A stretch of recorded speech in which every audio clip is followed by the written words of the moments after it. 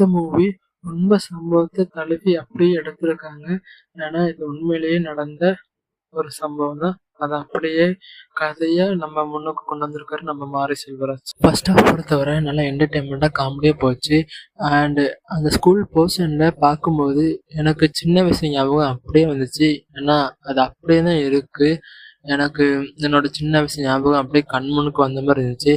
அது மட்டும் இல்லாமல் அந்த வாழை தாரை தூக்குறதுக்கு அந்த பையனை கட்டாயப்படுத்தி அனுப்புவாங்க. அந்த கட்டாயப்படுத்தி அனுப்பும்போது அவன் அக்கா கேட்பா, ஏன் இப்படி கட்டாயப்படுத்தி அவனை வேலைக்கு அனுப்பணும் அப்படின்னு.